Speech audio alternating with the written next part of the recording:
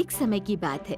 एक सीधी साधी दयालु महिला थी जिसकी बस एक इच्छा थी, बस एक ही सपना। और उसका सपना ये था कि उसकी एक बेटी हो। बहुत दिन बीत गए लेकिन उसका ये सपना पूरा नहीं हुआ। बीतते समय के साथ उसकी बेटी पाने की चाह और बढ़ती गई। एक दिन अपने सपने को सच करने के लिए वो एक जादूगरनी के पास गई और उसने उस जादूगरनी से अपनी इच्छा के बारे में बताया। उस डायन ने उसे एक जादुई बीज दिया और उसे जमीन में बोने के लिए कहा। थम्बलीना का जन्म।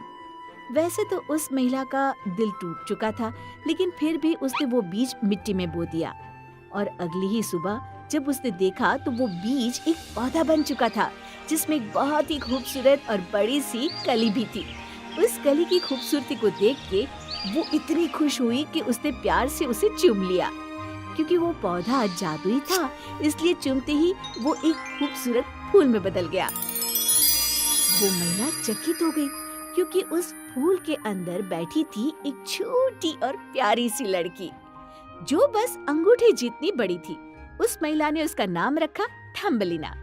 थम्बलीना का जीवन।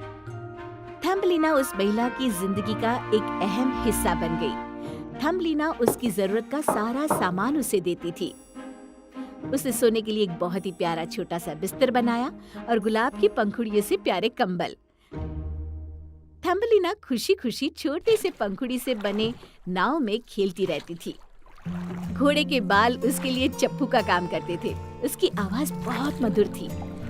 वो अपनी नाव में खेलती थी और सारा दिन अपनी मधुर आवाज में गुनगुनाती रहती थी। पूरा दिन खेलने के बाद थम्बलीना अपने छोटे से बिस्तर में जाकर सो गई। और जब वो सो रही थी, एक बड़ी सी मेंढक खिड़की पर आई और उसने उस प्यारी सी बच्ची को देखा। वो मेंढक उसे बस देखती ही रह गई। वो उसकी खूबसूरती में खो गई थी। उसने सोचा कि थम्बलीना उसके बेटे के लिए अच्छी जीवन साथी बन सकती है, इसलिए उसने उसे उठाया और वहाँ से लेकर भाग गई। और किसी को पता भी नहीं चला कि उस मेंढक ने थम्बलीना को अगवा कर लिया है। वो मेंढक थम्बलीना को झील के पार ले गई जहाँ उसका परिवार रहता था। उसने प्यारी थम्बलीना को अपने कुरूप और बहुत मोटे बेटे से मिलाया जो बिल्कुल अच्छा नहीं दिखता था। जब उसने थम्बलीना को देखा तो वो भी बहुत खुश हो गया। हालांकि माँ और बेटा दोनों के मन में डर था कि थम्बलीना उनके चंगुल से कहीं भाग न जाए, और इसी डर से उन्होंने उसे झील के पानी में कमल के पत्ते पर बिठा दिया और उस पत्ते को झील के बीचों बीच पहुँचा दिया। दोनों माँ बेटे बहुत खुश थे कि अब तो थम्बलीना भागकर जा ही नहीं सकती। और उसी दौरान उन दोनों ने शादी की तैयारियां भी शुरू कर दी। जब दोनों माँ बेटे बात कर रहे थे तो झील की दो मछलियाँ उनकी बातें सुन रही थी और उन्होंने थम्बलीना की मदद करने की योजना बनाई। दोनों मछलियों ने एक तितली की मदद से कमल के पत्ते को झील के किनारे पर पहुँचा दिया और इसी तरह थम्बलीना वहाँ से भाग गई। वो वहाँ से भाग गई, लेकिन रास्ते में उसे एक पतंगे ने कैद कर लिया। लेकिन कुछ ही समय बाद पतंगे ने थम्बलीना को छोड़ दिया क्योंकि वो उसे बहुत अलग थी। गर्मियाँ आ गई थी और थम्बलीना घास और फूलों के बीच अकेली चली जा रही थी। रास्ते में उसे खाने के लिए कुछ भी नहीं मिला। तब फूलों के पराग से उसने पेट भर लिया और सुबह की ओर से प्यास बुझा ली। जल्दी बरसात का मौसम आ गया और आसपास बहुत गंदगी फैल गई। नन्ही बच्ची को ठहरने के लिए कोई जगह नहीं मिली। वो किसी तरह बरसात की तेज बूंदों से बचती बचती आगे बढ़ती रही, लेकिन ठंड के मौसम ने उसे और परेशान कर दिया। ठंड ने उसे हिलाकर रख दिया था और उसे खाने के लिए कुछ भी नहीं मिला। जब वो रास्ते पर अकेली चली जा रही थी, तब उसे एक बड़े से मकड़े ने खाने और रहने की जगह देने की बात की। वो मकड़ा उसे पेड़ के अंदर लेकर गया और उसने उसे बादाम खिलाया। जब मकड़े ने थम्बलीना को अपने परिवार से मिलाया तो बाकी लोग उस पर हंसने लगे क्योंकि वो उन सब से अलग दिखती थी। वो जोर जोर से रोने लगी और वहाँ से चली गई और फिर से वो ठंड में अकेली आगे बढ़ने लगी। उसने देखा एक छोटा सा घर जो लकड़ी और पत्तों से बना था। उसने वहाँ मदद मांगने की सोची और जाकर घर का दरवाजा खटखटाया। वो एक चूहे का घर था। चूहा थम्बलीना की खूबसूरती देखकर आश्चर्यचकित हो गया। उसने उस चूहे से रहने और खाने के लिए मदद मांगी। चूहे ने कहा, तुम जब तक चाहो यहाँ रह सकती हो। एक दिन वो चूहा एक अमीर छछूंदर को लेकर आया। उस छछूंदर ने थम्बलिना से गाना गाने की विनती की। उसने अपनी मधुर आवाज में उन्हें गाना सुनाया और वो दोनों गाना सुनकर बहुत प्रसन्न हुए। चूहे ने थम्बलिना को छछूंदर से शादी करने का आदेश दिया क्योंकि वो बहुत अमीर था। वो चूहा उससे बहुत बदतमीजी से बात कर रहा था, इसलिए उसने तय किया कि वो वहाँ से भाग जाएगी। लेकिन छछूंदर मन ही मन उससे गर्मियों में शादी के सपने देख रहा था। कुछ दिनों बाद थम्बलिना ने एक बीमार पक्षी का ख्याल रखना शुरू किया और उसे हर रोज खाना भी देती थी। वो दोनों अच्छे दोस्त बन गए और वो पक्षी उसे अपनी कहानियां सुनाया करती थी। बसंत के आते ही बीमार पक्षी स्वस्थ हो गया और उसने उड़ जाने का फैसला लिया। उसने थम्बलिना की मदद करने का प्रस्ताव रखा और कहा, तुम मेरे साथ चलो वरना छछूंदर से शादी करनी पड़ेगी। वो सोच में पड़ गई और बहुत दुखी हो गई कि कैसे वो एक छछूंदर से शादी कर सकती है। छोटी सी जगह में अपनी पूरी जिंदगी गुजार सकती है। शादी के बस एक दिन पहले उस पक्षी ने उससे कहा, मेरे साथ चलो, चलो आज पूरा दिन तुम्हें आकाश की सैर कराऊं। थम्बलिना ने उसका हाथ पकड़ा और उसके साथ उड़ चली। पहाड़ों में, नदियों के ऊपर, बड़े बड़े पेड़ और अंत में वो लोग पहुँचे फूलों के राज्य में। उस गांव में बहुत खूबसूरत फल थे। फिर उस पक्षी ने थम्बलिना को उस राज्य में एक जगह उतार दिया जहाँ उसकी मुलाकात फूलों की परियों के राजा से हुई। राजा उसकी खूबसूरती देखकर मोहित हो गया। उसने उससे शादी का प्रस्ताव रखा और थम्बलिना ने झट से हाँ कर दी। वो फूलों की महारानी बन गई और वो दोनों हमेशा खुशी खुशी रहने लगे।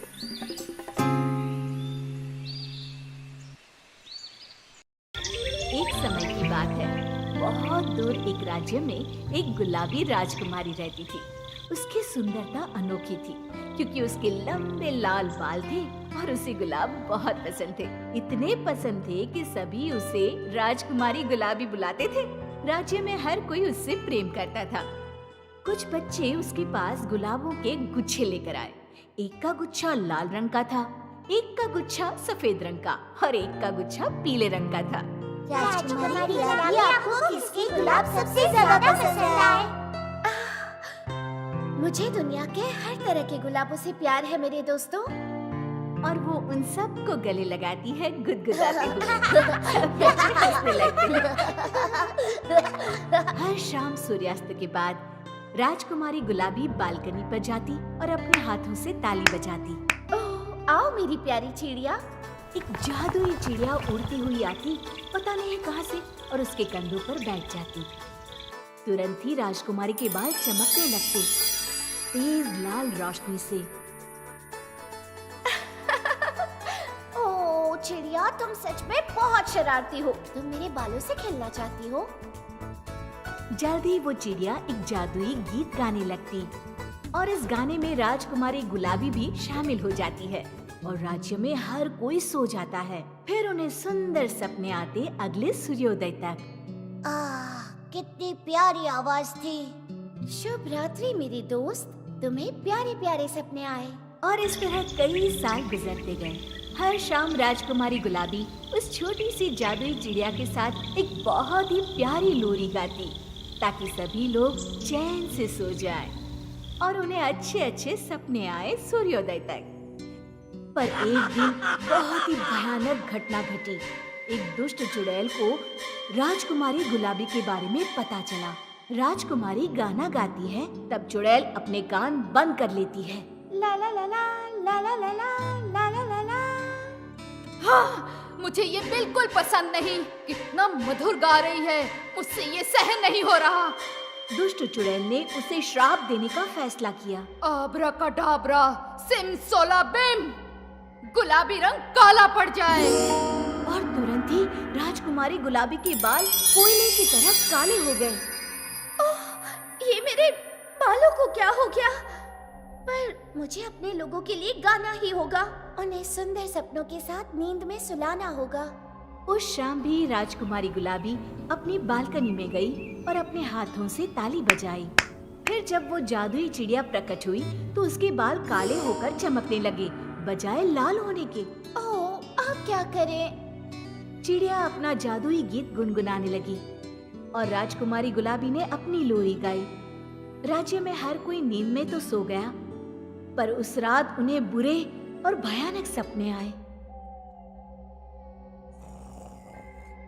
ओह, ये क्या? ये तो बहुत ही भयानक सपना था। सिर्फ अंधेरा ही अंधेरा था। और मुझे सब जगह सांप दिखे। मुझे सपना आया कि मैं डूब रही थी। मुझे तो अब सोने से भी डर लग रहा है। अगले दिन उदास राजकुमारी ने उस जादुई चिड़िया को फिर से बुलाया, उसे अपनी चिंता के बारे में बताया और उसे इसके हल के बारे में पूछा। मुझे बताओ जादुई चिड़िया कि मैं कैसे अपने लोगों के सपनों को सूरज के उगने तक सुंदर बना सकती हूँ। काले बाल गुलाब जल में। काले बाल गुलाब जल में? तुम्हें लगता है कि इससे कोई फायदा होगा? राजकुमारी इस सलाह के बारे में सोचने लगी और फिर उसने वैसा ही किया जैसा कहा गया था। उसने एक टब पानी से भरा और उसकी सतह पर गुलाब की पंखुड़ियां बिखेर दी। जैसे ही उसने अपने बाल गुलाब जल में धोए, तुरंत ही वो लाल हो गए। अरे वाह, ये तो फिर से लाल हो गए। तुम्हारा धन्यवाद जादुई चिड़िया। उस शाम जब वो जादुई चिड़िया उसके कंधे पर बैठी, उसके बालों का जादुई लाल प्रकाश एक बार फिर से रात के आकाश को जगमगाने लगा। राजकुमारी ने अपनी लोरी गाई और राज्य में हर कोई चैन से सो गया। उन्हें सुंदर सपने सूर्योदय तक आए। क्या वो श्राप मुक्त हो गई? अपने श्राप को टूटता हुआ देख वो दुष्ट चुड़ैल बहुत ही क्रोधित हो गई। उसने उसे दोबारा श्राप देने का निश्चय किया। मैं इसे अपनी शक्ति दिखाऊंगी। आबरा कटाबरा, सिमसोलाबिम, गुलाबी रंग काला पड़ जाए। और राजकुमारी गुलाबी के बाल फिर से कोयले जैसे काले हो गए। ओह नहीं, अब फिर से नहीं। मेरे साथ ये क्या हो रहा है? इस बार उस चुड़ैल ने पूरे राज्य के सारे खिले हुए गुलाब तोड़ लिए। वो राजकुमारी को सिसकते हुए देखती है और बहुत खुश हो जाती है। चलो देखते हैं तुम मेरा श्राप कैसे तोड़ोगी। एक बार फिर से उदास राजकुमारी ने चिड़िया से पूछा, मुझे बताओ जादुई चिड़िया, मैं अपने लोगों के सपने कैसे फिर से सुंदर बना सकती हूँ? और चिड़िया ने पिछली बार की तरह ही वही उत्तर दिया। काले बाल गुलाब जल में। लेकिन मैं क्या करूं? पूरे राज्य में एक भी गुलाब नहीं बचा है।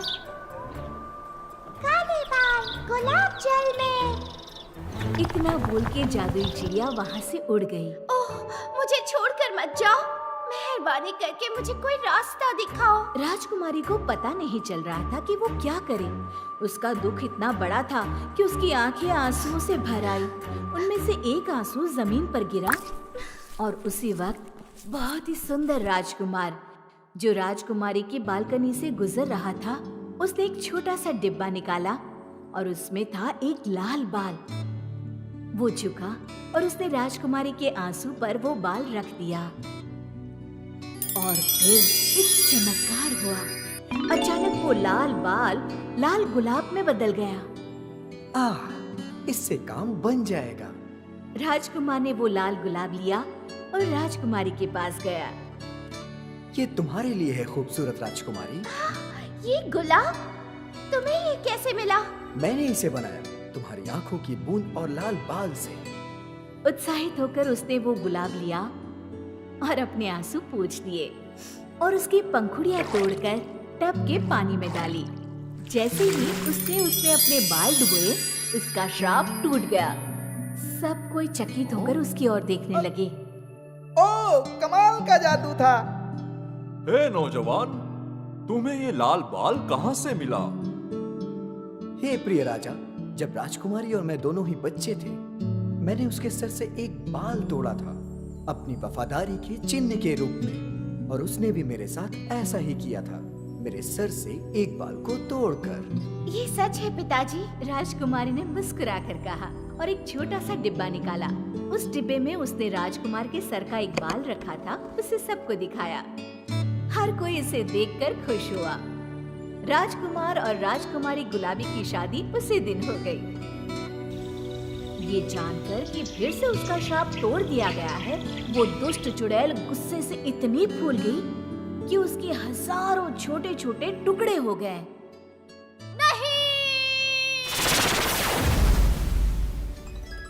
अंत में राज्य के हर बाग में फिर से गुलाब खिल उठे।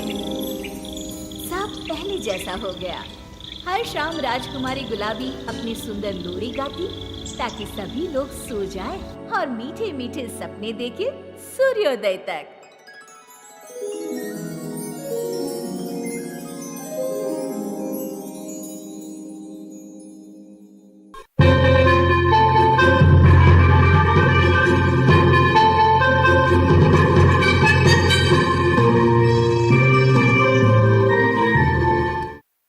एक समय की बात है, एक खूबसूरत लड़की सिंड्रेला रहती थी। वो अपने पिता, सौतेली माँ और 2 सौतेली बहनों के साथ रहती थी। उसके पिता की मृत्यु के बाद उसकी माँ और बहनें उसके साथ नौकरों जैसा व्यवहार करती थी।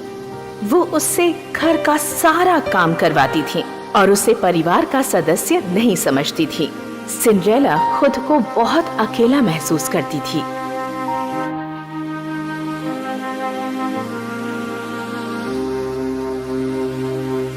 एक दिन राजकीय दूत ने घोषणा की कि एक राजकीय समारोह होगा जिसमें सभी जवान महिलाएं आमंत्रित हैं। मैं तो अपनी लाल मखमली गाउन पहनूंगी, ऐसा उसकी बड़ी सौतेली बहन ने खुशी से कहा। और मैं अपनी हरी वाली गाउन पहनूंगी, ऐसा छोटी सौतेली बहन ने कहा। जिस दिन वो समारोह था, उसकी माँ और बहनों ने अच्छे अच्छे कपड़े पहने और समारोह में चली गईं।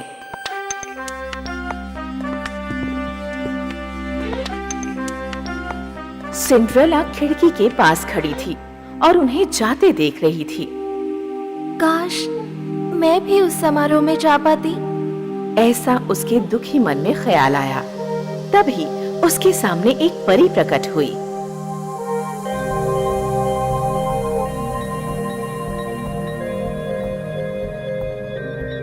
तुम क्यों रो रही हो सिंड्रेला? तुम राजकीय समारोह में जाना चाहती हो? ऐसा परी ने प्यार से पूछा। हाँ, लेकिन मैं समारोह में इन कपड़ों में कैसे जा सकती हूँ? सिंड्रेला ने परी से कहा। अपने आंसू पोंछ लो। मुझे एक कद्दू ला कर दो और 6 छोटे और एक बड़ा चूहा ला कर दो। ऐसा उस परी ने कहा। तुरंत सिंड्रेला ने वैसा ही किया। तब उस परी ने उस कद्दू को अपनी जादुई छड़ी से छुआ। अचानक ही वो एक सुनहरे रथ में बदल गया। फिर परी ने उन 6 छोटे चूहों को घोड़ों में बदल दिया और बड़े चूहे को कोचवान बना दिया। अब तुम्हें बस एक अच्छे कपड़े की जरूरत है, ऐसा परी ने कहा। उसने सिंड्रेला के ऊपर अपनी जादुई छड़ी घुमाई और अचानक ही उसके पुराने कपड़े एक बहुत ही सुंदर गाउन में बदल गए। अब सिंड्रेला राजकुमारी की तरह लग रही थी। जब सिंड्रेला रथ में बैठने के लिए बढ़ी, तब परी ने उसे एक चेतावनी दी। याद रखना, आधी रात से पहले तुम्हें वापस आना होगा, वरना जादू खत्म हो जाएगा। मैं जरूर आऊंगी, सिंड्रेला ने वादा किया। जल्दी ही सिंड्रेला महल पहुंच गई। समारोह में उपस्थित सभी लोग उसे देखते ही रह गए। ये लड़की कितनी खूबसूरत है। लोग हैरान थे। उसके कपड़े कितने खूबसूरत हैं। ऐसा सौतेली बहनों ने कहा। राजकुमार भी सिंड्रेला की खूबसूरती पर मोहित हो गया। पूरी शाम वो उसी के साथ नाचता रहा।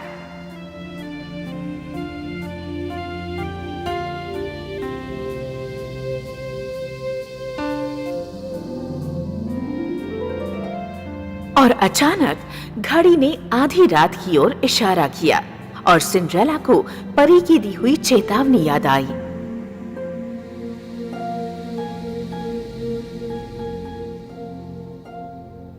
ओह, मुझे जाना होगा, मुझे जाना होगा। ऐसा कहते हुए सिंड्रेला बाहर की तरफ भागी। रुको, रुको, अपना नाम तो बताती जाओ। ऐसा कहते हुए राजकुमार उसके पीछे भागा, पर सिंड्रेला जा चुकी थी। अचानक राजकुमार ने सीढ़ी पर कुछ चमकता हुआ देखा। वो सिंड्रेला के एक पैर की जूती थी। राजकुमार ने उसे उठा लिया। फिर अगले ही दिन घोषणा हुई कि जिस लड़की का पैर उस जूती में फिट आएगा, राजकुमार उससे शादी करेंगे। सैनिक वो जूती लेकर घर घर गए और जब सैनिक सिंड्रेला के घर पहुंचे तो उसकी दोनों सौतेली बहनों ने जूती पहनने की कोशिश की, पर उन दोनों में से वो किसी के पैरों में नहीं आई। अब आप पहन के दिखाइए। सैनिक ने सिंड्रेला से कहा। ये सिर्फ इस घर की नौकरानी है। सिंड्रेला की माँ ने ऐसा कहकर मना कर दिया। इन्हें भी पहन के देखना होगा। ऐसा उस सैनिक ने कहा और वो जूती सिंड्रेला के पैरों में अच्छे से आ गई और ये देखकर उसकी सौतेली माँ और बहनें दंग रह गईं। तभी परी वहां प्रकट हुई।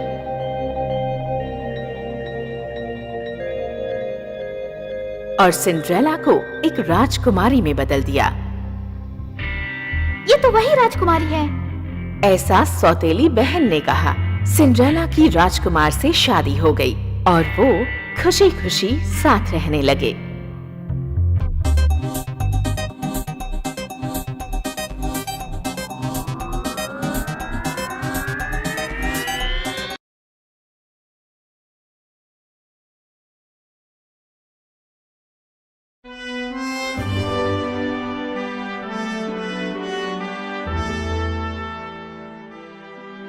Once upon a time, there lived a man and his wife. They did not have any children, but they really wanted to have one. After a short period of time, the lady was expecting a baby. One morning, when she was looking out of her window, she saw a beautiful lettuce garden next door. From that moment, she could not think of anything else except that lettuce. I wish I could eat them.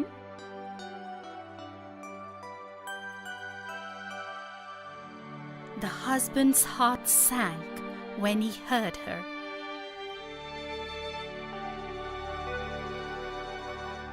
This garden belonged to a wicked witch who would let no one to enter. But he loved his wife very much, and so with pounding heart, he went into the garden to pick the juicy lettuce.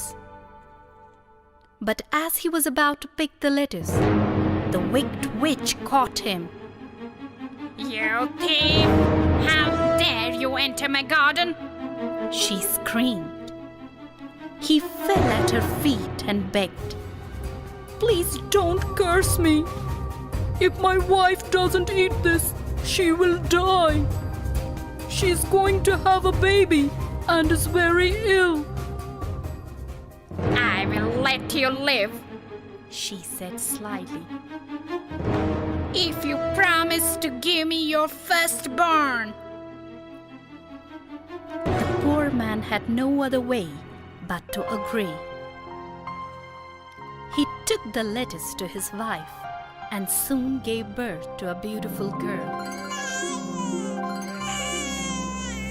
But as per the agreement, the witch came to take the baby away.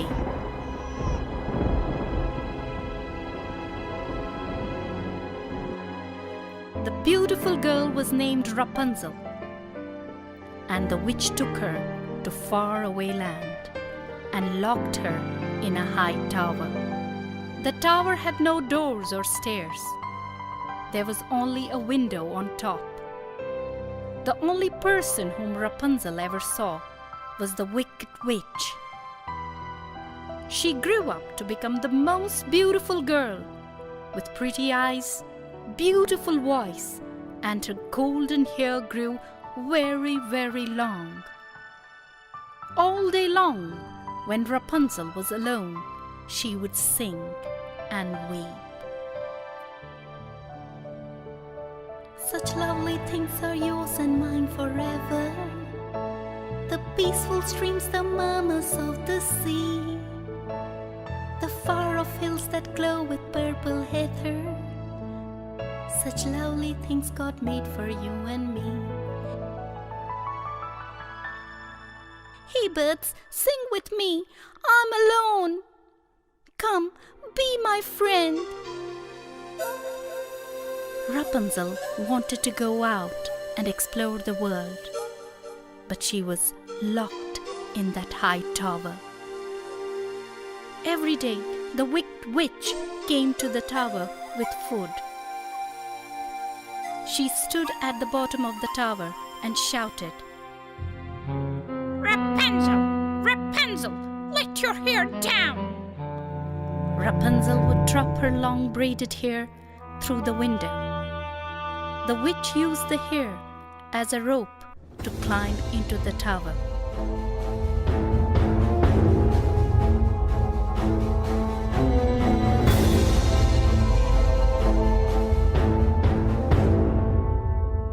One day, a handsome prince was passing by and heard her sing.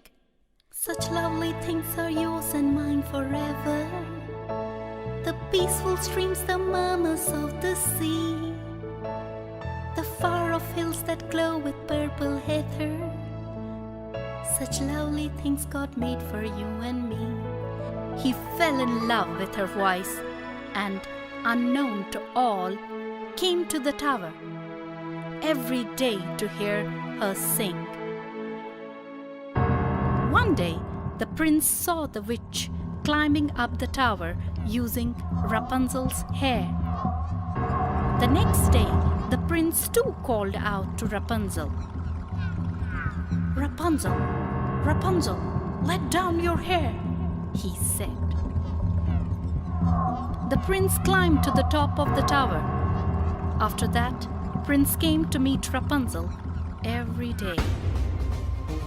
Alas, the witch soon discovered the prince with Rapunzel.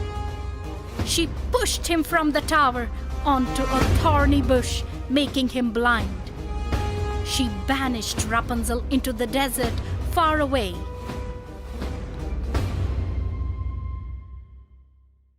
Many years passed.